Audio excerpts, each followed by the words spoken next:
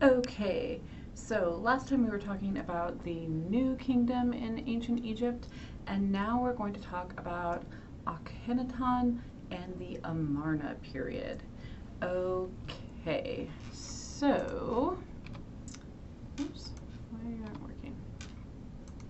Sorry, there we go. Okay, so Akhenaton, super interesting ruler of Egypt, did a lot of kind of wild things. So there's a big revolution in society and in religion that impacts the culture as a whole. So Amenhotep the fourth changes his name to Akhenaton. He rules from 1353 to 1335, so 20 years. He abandons all of the old gods. He's like, these are not the true gods. We're not going to worship them anymore, which, as you can imagine, is pretty shocking and causes some societal upheaval. Instead, he says that the one true god that they're going to worship now is Aton, Aton. And Aton is identified with the sun disk. So he's declared to be the only one true God. So he's sort of a derivative of Amun-Ra, who we've seen before, but is separate and is like the creator God and the God of everything, and there's not different deities for different things anymore. His symbol, oddly enough, and I didn't do this on purpose, kind of looks like the necklace I'm wearing today, which is just a round disc with a little bit of emphasis on the underside. Sometimes it has rays coming out of it. I'm not part of the sun god cult, but I happen to wear this necklace today, and I was just looking at it and was like, oh, it's kind of appropriate. Okay, so changes his name to Akhenaton, decides Aton is the guy, the god that is the only true god that everybody needs to worship now, basically. So some people are very upset by this, as you might guess. One of the other things that he does is he does kind of a cultural change up with the religion, but also he wants the artistic traditions to change as well. So he wants to have a full cultural revolution. And so one of the things that changes is the way people are portrayed, particularly kings. So this is him. This is King Akhenaton. And when you look at this, it looks quite different, right, from our previous iterations of kings in the New Kingdom, Middle Kingdom, and the Old Kingdom and the pre-dynastic kingdom. This is a pretty different kind of figure. So look at this for a second and think about what you notice that's different. This is 13 feet high, so it's quite large. Also, he's not really short, he's kneeling. I sometimes have students in my seated sections of this class ask why his little feet are sticking out from his skirt and does he not have the lower part of his legs. I'm like, no, he's kneeling, his legs are behind, okay?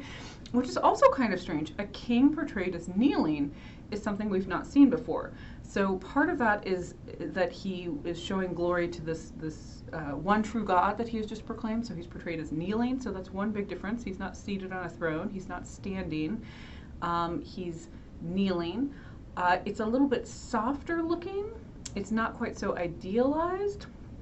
He's a little bit more feminine looking. Let's just do a comparison.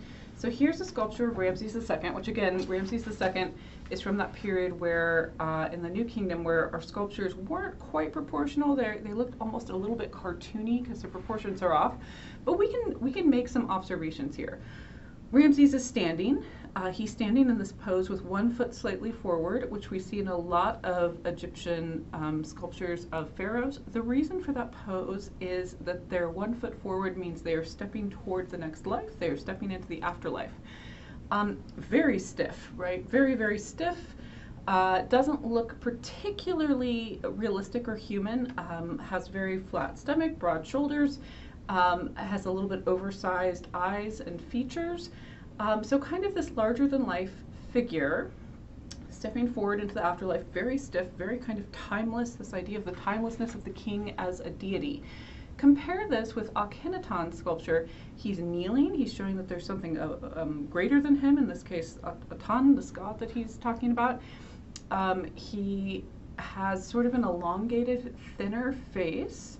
He has this little belly, he's got a little bit of a a belly hanging out there, no washboard abs, and he has this kind of feminine sort of curve to him, which is very different than how we've seen kings portrayed thus far. Okay, let's look at some more work from this period. So Thutmose, I know this is tricky because Thutmose was Hatshepsut's father, and then that was one of them, and then Thutmose III was her nephew who tried to erase all history of her. He didn't like her, basically. He didn't think women should be king. Anyway, so we have a lot of Thutmoses that have come up. This particular Thutmose is not a pharaoh. This is a sculptor. So this is another time in history where we know the name of an artist, which is pretty exciting in these early ancient periods because we don't have that many artist names. So Thutmose was this artist, and so he made this study of Akhenaton's wife. Her name is Nefertiti. Nefertiti is kind of famous. She's a little more well known than some of the other Egyptian figures, I think. And her name means the beautiful one has come, and he named her that, so that's kind of sweet. This is a little bit more realistic of a portrait. It's a little softer. We can see the lines in her face, we can see her lips, we can see her cheekbones. She doesn't look totally stiff and totally unrecognizable as a human. Very flesh-like. This was preserved where it's fully painted, so it has all its paint, which is unusual for sculpture from this time period. Because the sculpture was not finished, it was in Thutmose's studio, I believe, when it was found, so it was kind of closed off. It's believed that this was a study for a larger piece that he was working on of Nefertiti at the time of his death. So she's Akhenaton's queen, and she is portrayed also in this what's called the Amarna style, because Amarna is the name of this period. It's more naturalistic, more expressive. Painting is a very important part of the sculpture. They don't portray all humans as looking the same. You can see individualized features. You can see different skin tones in some of the different preserved sculptures that we see. And the details are important. We have this kind of sensitivity, these kind of curved contours. Okay, this is Tai. So Tai was Akhenaton's mom. And Tai and Nefertiti were two of his most valued consultants, basically. They kind of helped him rule and helped him make decisions. So they're hugely influential women. Tai's his mom, and we can see in this portrayal of her the same Amarna kind of style where we have a more naturalistic looking person. We can see the difference between her features and Nefertiti's features. We can see a difference in skin tone. We can see a difference, they're more individualized, right? And this is neat because her jewelry, the jewelry that was made for this sculpture, is still intact and still attached. It hasn't been stolen, which is kind of unusual. This is a sculpture made out of wood that was then painted and inlaid with gold, and then the blue is lapis lazuli. You can also see she has natural hair.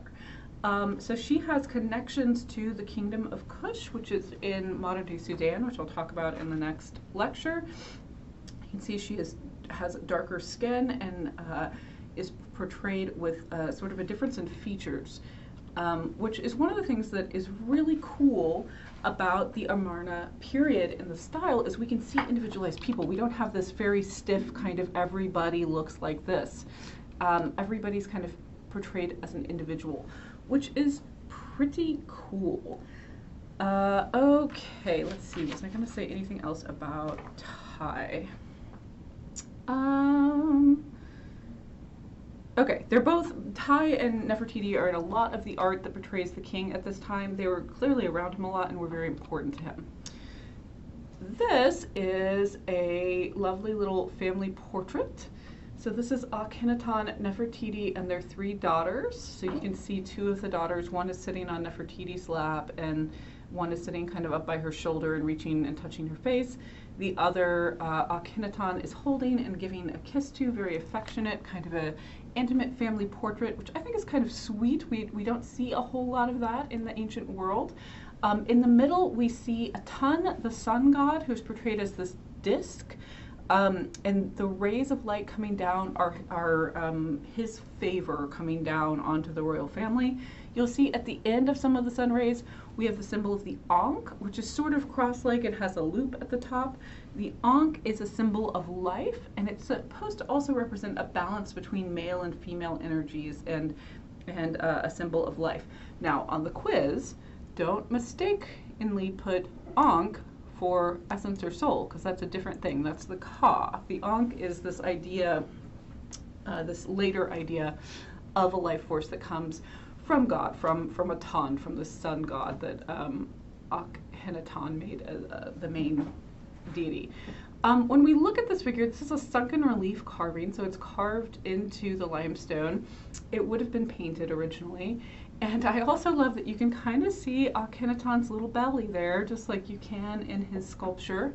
And even though these sculptures were quite naturalistic, this relief carving, though they do have some human characteristics, like the little belly, they're also not super realistic in terms of how they're portrayed, right? They're pretty stiff. Also, the proportions of the children are pretty off. They're kind of just drawn as smaller people instead of having more childlike proportions. Okay, so this is a very interesting period in Egypt where there's this big cultural and artistic revolution and change up. Okay, in the next lecture, we will talk about the Kingdom of Kush.